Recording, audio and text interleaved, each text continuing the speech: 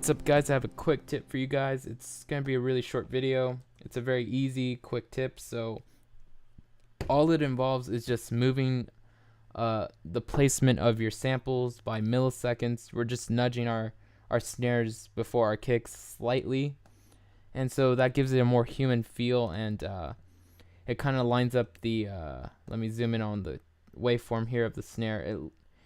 What we're doing is we're lining up the body of the snare. So this is the body of it right here. We're lining up the body with the attacks of the kicks. So let me go over here to my to this one. This is not nudged. I didn't move this one. This is just dragged and dropped into my session, and you can see that this is the attack of the snare, and it's starting with the attacks of the kicks. But the thing is, since these kicks are more dominantly strong and they're all combining together, we're not going to necessarily hear this attack. It's going to get blended down a little bit, and we're going to end up really just hearing this, but it's still going to be kind of dominated by this part of the kick, and we're just really end up hearing this part of the snare. So I will demonstrate that to you. So let me zoom out.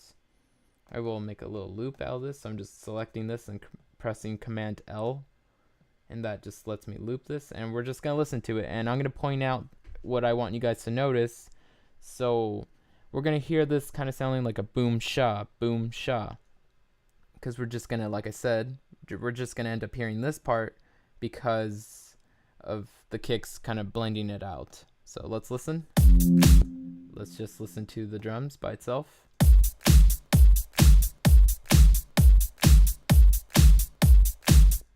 Now, I know what I just said, that it was going to kind of blend out the attack. Of course, we hear the snare, but now if we go over here and compare it to this, where the attack is placed slightly before the attack of the kicks and the body is lined up with the attack, that's going to sound way different, and it's going to sound dominant. So the snare attack will be more evident and clear. So let's take a listen.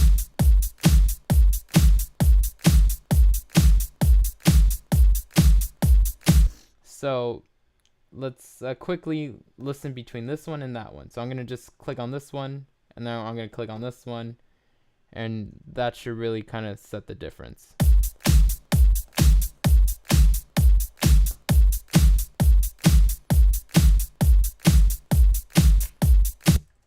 So what you notice in this one is it's more thumpy and things are more clear, and this one even sounds more human, because even real drummers in studios and the best drummers in the world, if you look at the waveforms of their drumming individually, you can see that their snares and kicks and hi-hat patterns are not perfectly on a grid. You can't have a natural groove and feel perfectly on a grid.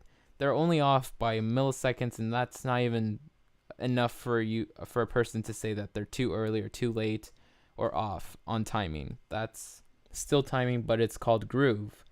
So for us to have that groove and to hear our sample better, that's kind of a win-win. And all I did really was I just nudged this. So you take a look at the beginning of this attack and where it lines up with the kick. So it's kind of just a little bit before it, and if we zoom in over here to the one that's not nudged, you can see the attack is right around there. So what I probably ended up nudging it, and you can look at my grid for a point of reference if you're going to do the same. I probably just moved it like 3 of these bars over. So let's see, and if you guys need a good point of reference, again, this is the last note, or the last beat, of bar 4. So this is bar 4, note 4, whatever that last 4 is, and this is the beginning of 5. So you can see that there's 8 bars here, or 8 little notes right here, and 8 notes here. So that's 16 notes between the last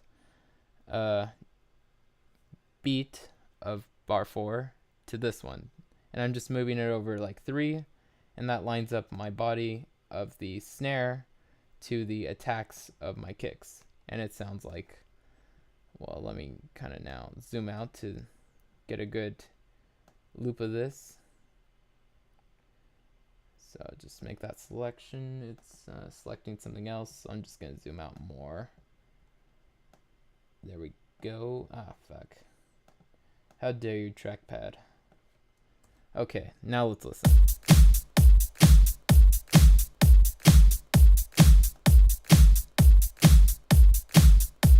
So something sounds a little odd here. I think I might have moved it just one up too far. Okay, that sounds better, and I can see that's much more lined. You want to do this more by ear instead of visuals of trying to get these peaks to match what's going on here. Don't worry about that stuff. Do it by ear. What sounds right to you. So let's try this. Kind of like that. Let's move it back one more. One more. Interesting. And just slightly above. It has a real thump to it, doesn't it? So let's see. I guess what's happening here is that sort of one of the main peaks of the attack are kind of lining up with that. So even nudging it just slightly, this is so tiny of a nudge, but it makes such a difference from this to this.